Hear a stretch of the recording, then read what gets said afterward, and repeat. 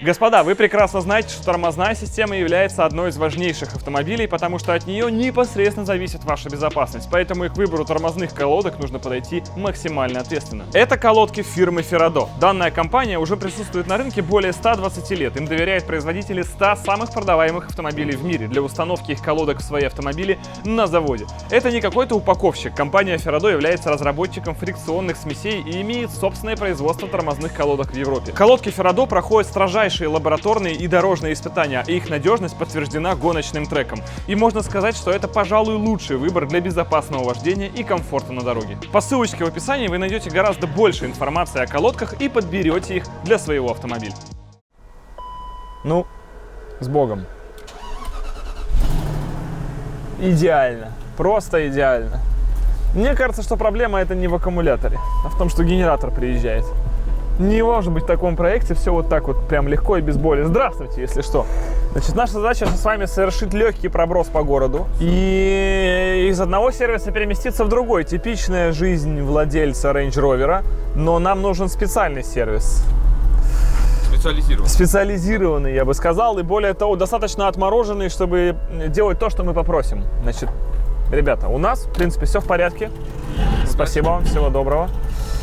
У нас, в принципе, с машиной все в порядке. Едет, рулится, но проблема в том, что у нас только 2 передачи. А мы в этой серии хотим пройти огонь, воду и пластиковые трубы. Джиперы уже понимают примерно, о чем я говорю, а мы едем искать дополнительные передачи.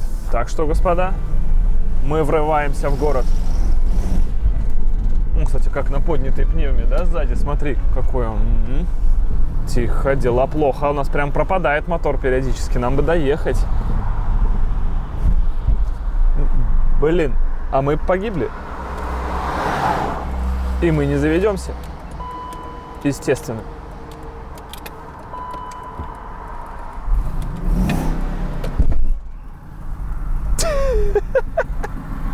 Ой, застучало.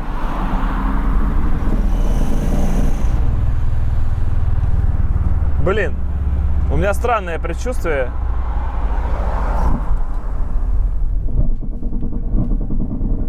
Таких конкурсов раньше не было. Сейчас звонит Рома Коробочник, типа, ну где вы там, а мы где? А мы, все нормально у нас. Сейчас. Значит, мой план, мы не подъезжаем к светофору, а попытаемся брать ходами. Смотри, ну сейчас он работает, все хорошо. Так как будто бы бенз кончается. Слушай, это все очень похоже на то, что кончается бенз, потому что у нас даже по компьютеру осталось 142. Это мало. Надо набрать разгона, чтобы точно проехать перекресток. На нейтрале хотя бы. И просто дальше едем, как обычно. Все. Нет, все, и погибает, смотри. Оп. Прям вот чувствуешь, даешь газу, и все, он погибает. Оборотов меньше, и не погибает, и едет. Сейчас будет заправка, мы на нее заедем, совершенно верно. Там главное не глушиться.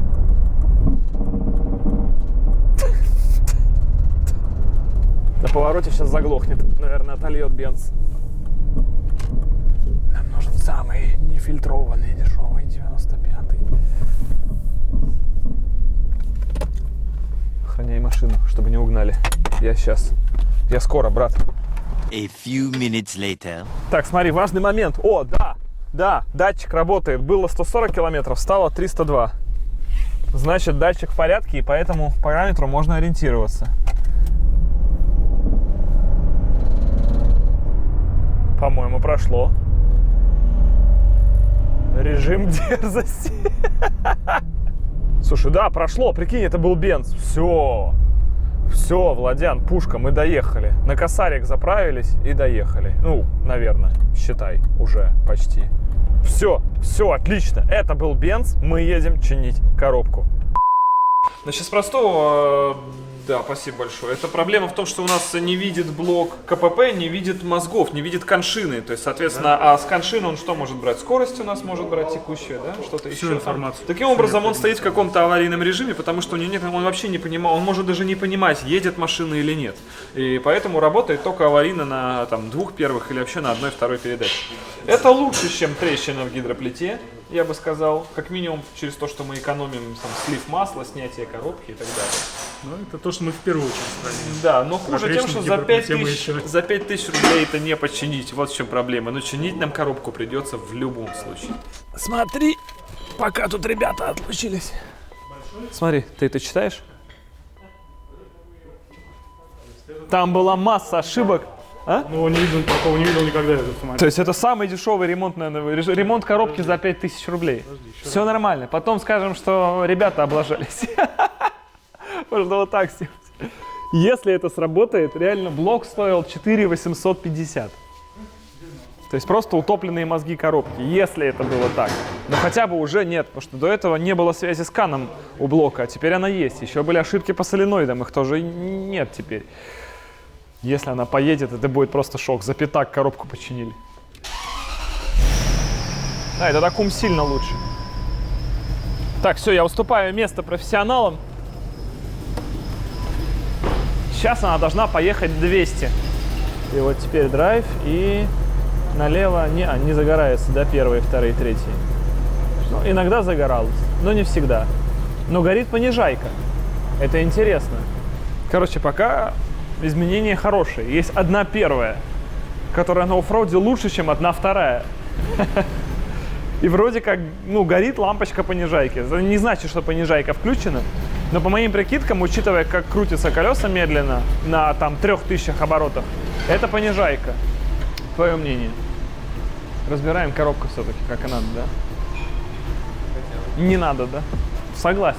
Наши мнения совпадают. Это редко, но Range Rover объединяет команду.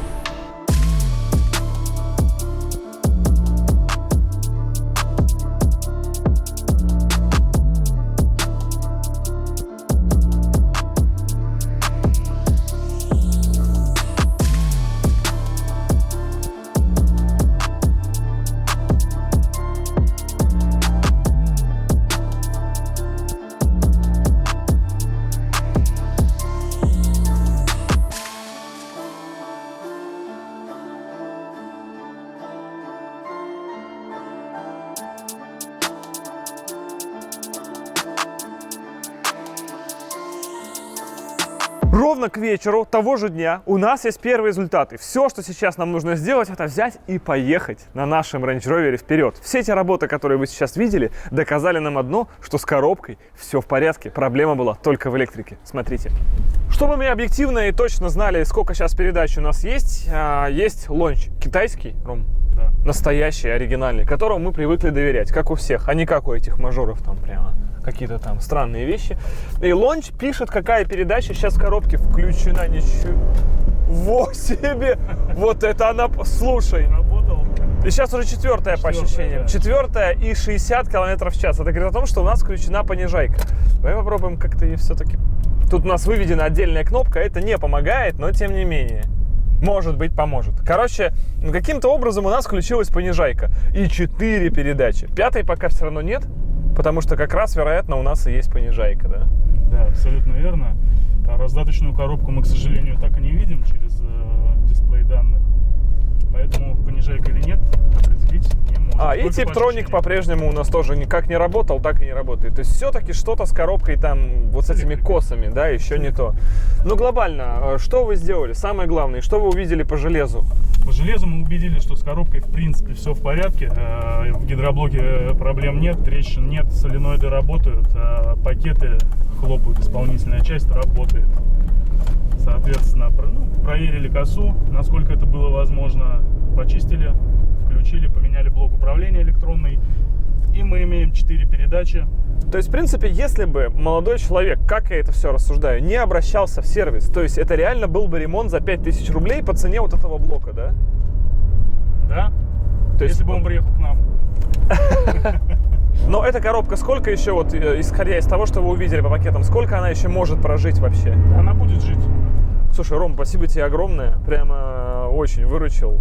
Наконец-то есть человек в городе, которого вот что-то проблемы с коробкой, вот есть человек, которому можно доверять. Вот реально ремонт за 5000 рублей, друзья. Потому что коробочников, я тебе хочу сказать по секрету, люди боятся. Всегда, когда ты заезжаешь к коробочнику, это 150 тысяч рублей и полная капиталка. И понятно, что по уму здесь нужно так же, а даже больше, потому что к этим 150 тысячам еще добавляется стоимость электрики, которая здесь может быть непрогнозируема. Но, когда есть человек, которому ты можешь доверять, есть вот такие вот неправильные, но тем не менее работающие в нашем случае схемка. Но не повторяйте это в реальной жизни, мой вам совет. О, все, из 4 цилиндров стало 5, и мы пойдем. А я говорил, будет кайф, да. Причем мы спереди более-менее еще как-то это проходим, а вот сзади хорошо. Ну, в общем, все. Погнали дальше. Из сервиса в следующий сервис. Мы оказались с вами у Ивана в Джаггер гараже. У нас же теперь здесь есть новый сотрудник, это суперэлектрик от бога Дмитрий. И наша задача сегодня здесь найти понижайку точно, чтобы она была по нашему требованию вкл-выкл, и сделать шноркель. Потому что машина готовится к самым трудным условиям эксплуатации.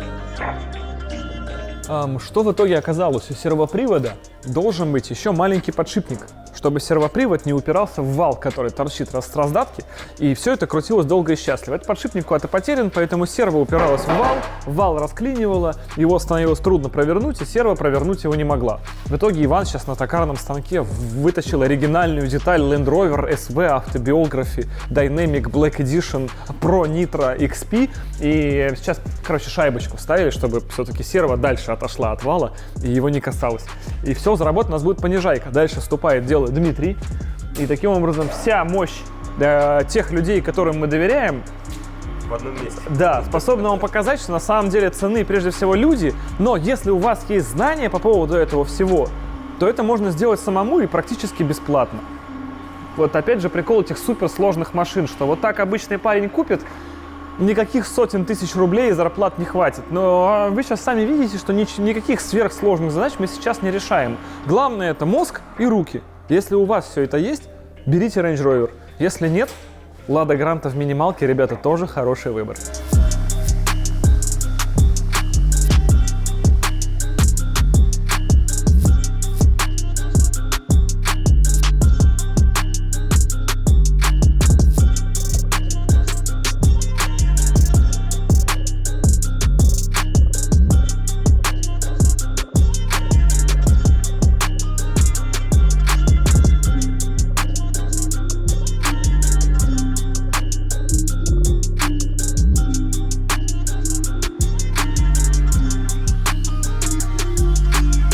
Блин, что-то сразу на корча потянуло, да? Прям вот есть, прям желание сразу что-то построить, именно вот такое нормальное. Только у всех у нормальных здесь типа выхлоп, но он типа не здесь, а вот здесь от турбины, да, части сразу выходит в капот. А у нас будет здесь впуск. Сейчас к этому еще поставим сюда колено какое-нибудь вот такое и минимальный какой-нибудь здесь, наверное, подъемчик сделаем, просто чтобы набегающая волна, когда на скорости залетел, не заливала впуск и в мотор ничего не шло. Все, то есть никакие там долгие погружения нам не грозят, просто потому что вот это все блоки электронные, вот они прямо здесь стоят. Их в любом случае зальет, и машина встанет, это понятно. Но это определенно круто. Значит, по идее, мы должны закрыть трубу, и машина должна заглохнуть. Значит, что впуск герметичен. Какие вопросы? Даже слышно, как там гофра сложилась и разложилась обратно. Все идеально, ребята, мы джиперы. Эта крошка выдерет просто на 37-х просто любую котлету просто выстегнет. Только я буду делать это в кресле с ломающейся спинкой. Под вечерок мы снова возвращаемся в Скрю. Такая, ребята, жизнь владельца Land Rover. В одном видео несколько сервисов сразу задействуется, иначе никак. Устанавливается электродная блокировка заднего дифференциала, типа полуавтомат. Все нормально там, короче, заварилось. Теперь у нас есть одна блока. То есть задний дифф заварен, и мы все ближе и ближе к оффроуду. Осталось только поставить те самые великолепные 32-е грязевые колеса, и машина полностью готова нагибать котлеты на Лада Трофи. The next day. Осталось совсем немного. Это приколхозить шноркель, потому что по заводу мы ездим типа как сток, не палимся, а это все ставится уже только перед въездом в лес. И не переживайте на это все, даже есть сверху нулевик. Короче, такая штука получается. Надо продолжить залить СГАшки. Сейчас, причем, смотрите, она экспериментальная. СГА плюс А. Скоро СГАшка станет более эффективной. Мы сейчас испытываем это на всех своих машинах. У нас полный бак. Бак, кстати, традиционно для Range Rover, ребята, 100 литров. Все заливается СГАшка, потому что мотор должен работать хорошо сегодня. Мы очень сильно в это верим. Все пацаны знают, что самое главное это... Ну вот это дорожный просвет Шишиги. Вот он, 30-ка. Смотри. Ну, вот можно даже, давай 30-ку, чтобы было понятнее. Мы вот так загнем. Представляете, да, это монстр. У нас тут 40. У нас тут реально, ну давай, мы, конечно, еще на колейке чуть-чуть стоим. Ну давай померяем, попробуем. 33 сантиметра. Ребята, есть одно но. В этом положении, в вертикальном практически, когда подвеска полностью выбрала свой ход, естественно, мы сразу будем ловить диагоналки, потому что подвеске некуда ниже выпадать. Это будет 4 лома. Поэтому 33 сантиметра – это ситуация, когда мы идем ходами, когда под нами какая-то там тина, глина, что-то мягкое. На более-менее твердом рельефе надо сразу опускаться вниз до среднего положения, чтобы подвеска начала работать. Но все равно 33 сантиметра, никаких мостов, никаких яблок-редукторов, плоское днище, полный привод и заварка в заднем дифференциале. Мне кажется, шансы есть. Так, значит, наш суперпаровоз поедет на оффроид вот в таком. По-моему, выглядит достаточно аккуратно. Ну, как мне кажется. Можно было сделать, конечно, сильно лучше, но вопрос, что это никому не нужно, потому что, в принципе, машина-то должна пройти один маршрут, а дальше ей уже будет особенно и безразлично, что там с ней, и как она выглядит, самое главное. Ну, хайп? Как ты считаешь? Или киберпанк, или просто идиотизм? Все вместе. Нас устраивает. Работаем.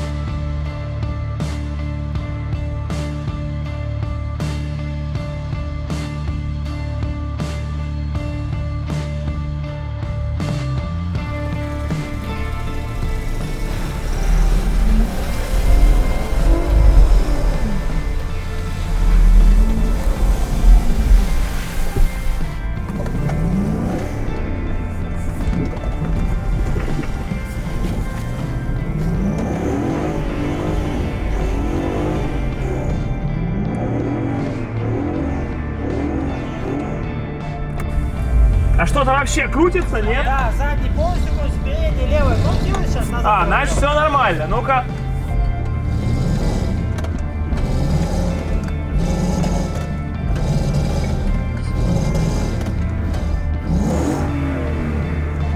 Мне кажется, надо лебедкой еще раз пробовать больше ходов.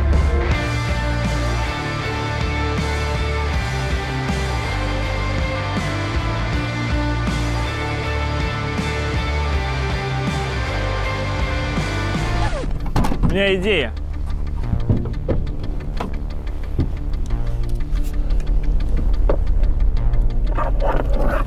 Да где он там?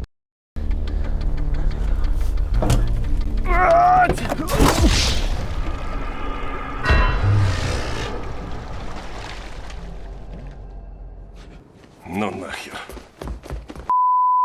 Ну ты видел? Видел?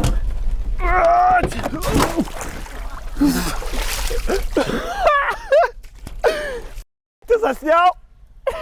Ты заснял хоть нет? А я телефон выложил вовремя.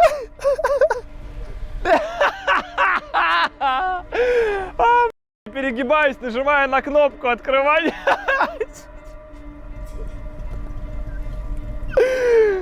Да, действительно, кроссовки не хотелось пачкать. Чё тогда? Жить стало проще теперь.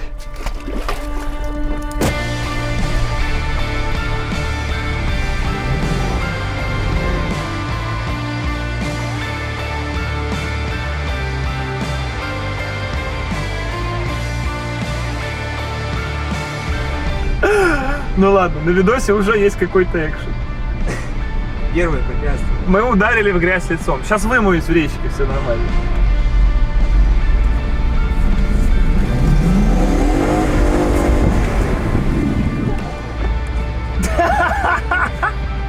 Не совсем то, что хотелось, но получилось неплохо.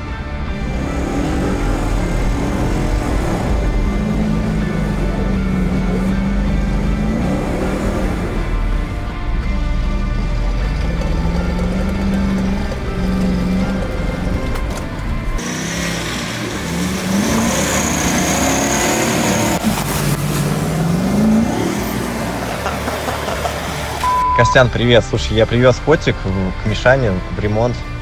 Миша приговорил экранчик и также плату. Там, короче, все очень плохо. А стабилизатор вообще какого-то дикого ловит и крутится 360 бесконечно. Ну, короче, это был чумовой кадр на 1200, наверное. Вот так вот.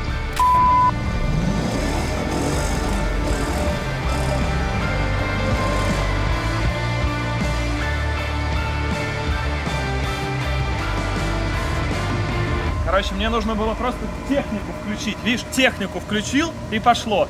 Без вот этого до конца. Сейчас поедем, пацаны.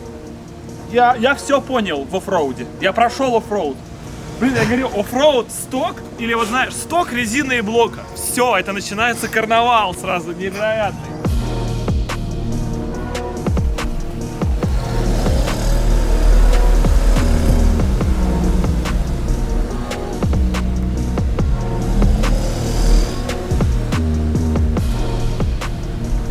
Мощно. Если бы не проваливался двигатель еще внизу на передачах, то был бы космос. Вот сейчас с поворотиком вот это самый абзац будет. Вот там интересно прям.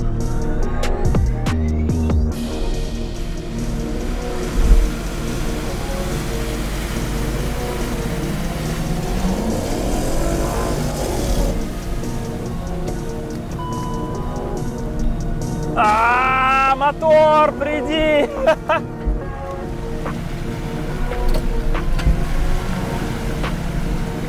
Мотора нет! Бедняга! Давай, 1500 оборотов! Мотор не газует!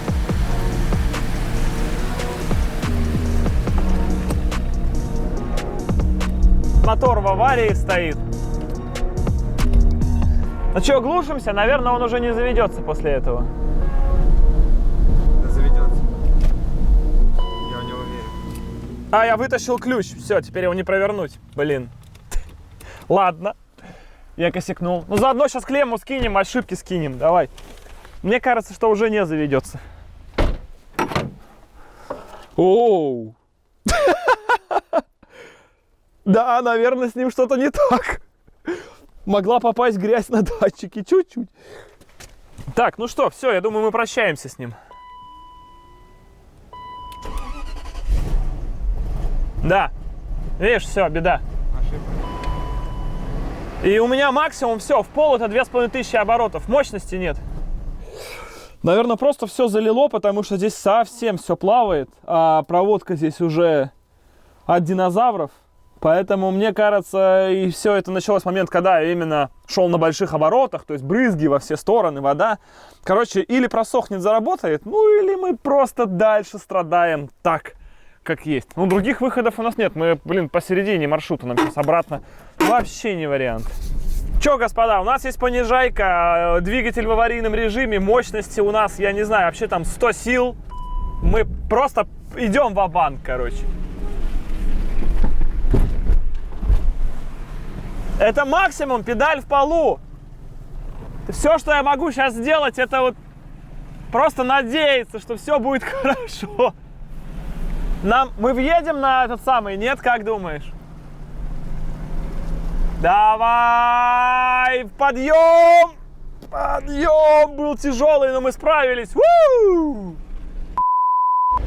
Короче, последняя попытка что-то просушить, потому что в разъеме дросселя была вода. И это, может быть, даст нам шанс. Но мне кажется, все гораздо печальнее, потому что вот этот блок с мозгами, хотя он не шибко-то и погружался, не должно было там ничего прямо вот... Вот я вижу внутри, там... Да, по-моему, нет там воды особо. Все это фигня. Так, ну что, мы подождали 10-15 минут. Клемму обратно одеваем. Сейчас, мне кажется, ничего не изменится, потому что, Никитос, ты прав, это ближе к ваносам все-таки, вот эта движуха. Потому что дроссель работает. Да, давай. Да, все то же самое, уже чувствуется, да, сразу же. Да, так же, ну погазуй на всякий, ну там 2500 мы снова увидим свои. Чего, не реагирует на газ? О! А это интересней. А, проводок оторвался. Да, он не будет реагировать на газ. Гаси его. Теперь мы потеряли и дроссель. Да, проводок оторвался. Вот он. Может, он и тогда был оторван. Просто мы этого не видели. Газуй. Нет, то же самое, да? Я понял. Мы лишились и дросселя еще. Сейчас. Сейчас присупоним ему. Вот от него даже герметичная резинка, фиксатор осталась на конце.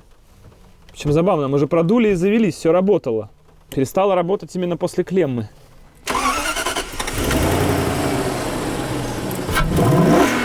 О, мощность! Ну-ка, давай.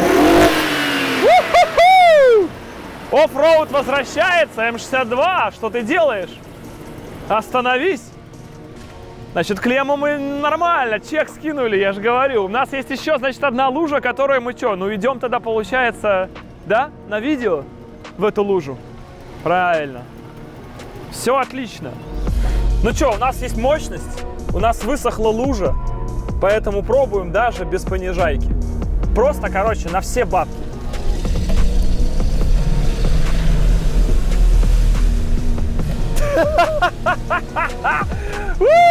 Он даже выдержал это.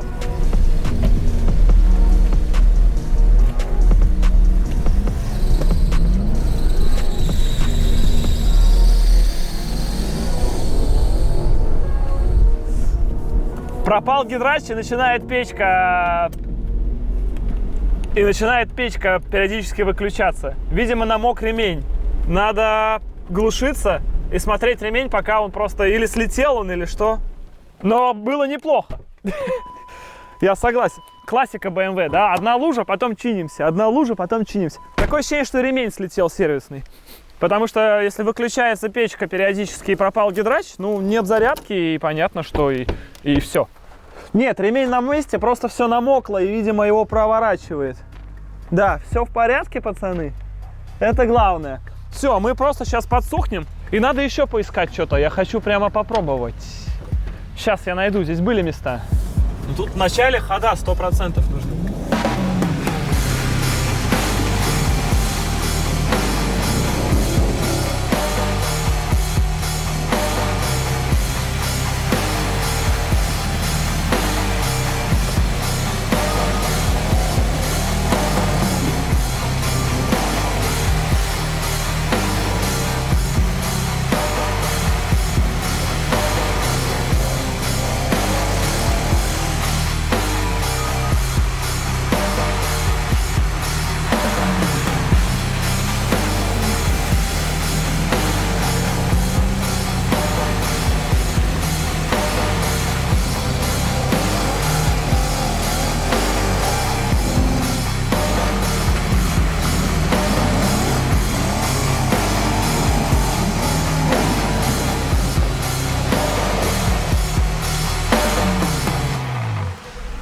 Так, это маленькая, но супер гиблая яма, в которой просто сидели все. Она даже для квадроциклов начинается стрёмная.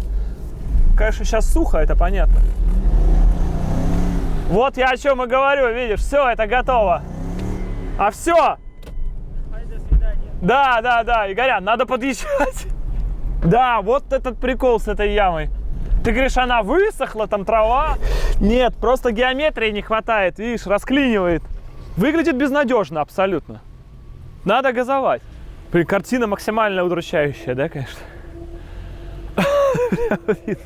Он в таком, он в могилке такой уже для себя стоит. Его только сверху лапничком закидать, и Range Rover притаился.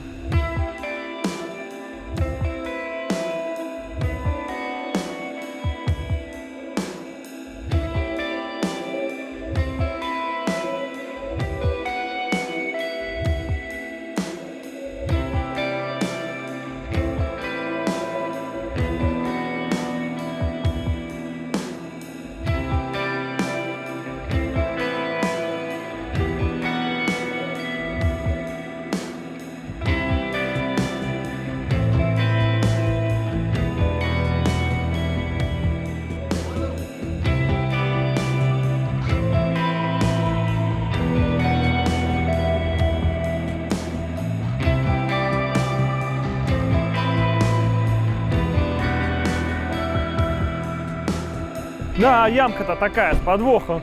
И главное, зад как сел, заякорил, сразу отсюда видно. Не было никаких там шансов.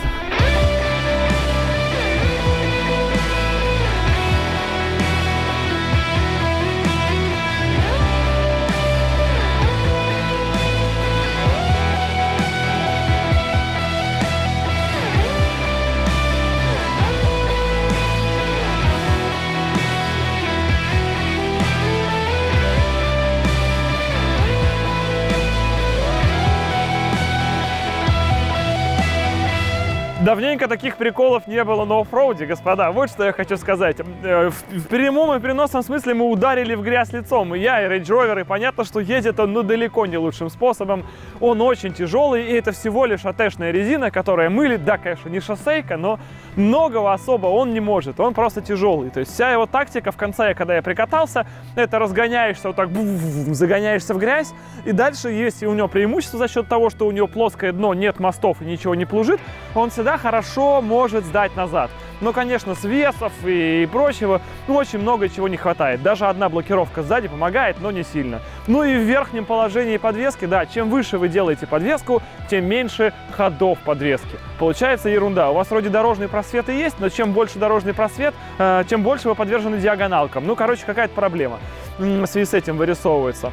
Но для обычного кроссовера, не знаю, можно, конечно, попытаться сделать еще одну серию, поставить этого ренжа против какого-нибудь Туарега Вадима можно позвать, если, конечно, ему это будет интересно. Можно позвать какие-нибудь любые другие кроссоверы, короче, Рубилова, условно колхозно подготовленного, ну практически никак не подготовленного, но на АТшке Range Rover против каких-то кроссоверов. Можно, конечно, но не знаю, насколько это, честно говоря, нужно, потому что все мы понимаем, что если в голове отсечки нет, то машина заедет дальше, особенно если мы говорим про лухари, внедорожники. Гидроусилитель не появился, кстати. Да. Такая обстановка. Причем помпа крутится, ремень есть, все здорово, а гидроусилителя нет. Видимо, что-то случилось. Спасибо, что смотрели эту серию. Мы доказали, что Range Rover может все. В следующей серии ему уже предстоит последняя дорога. Она будет более легкой, но точно в один конец. Мы проверяем безопасность Range Rover на столбе. Уже здесь, уже в течение недельки. До скорых встреч, господа. Пока-пока. И огромной вам всем удачи, такой же, как нам сегодня, с этим М62B44 BMW топчик.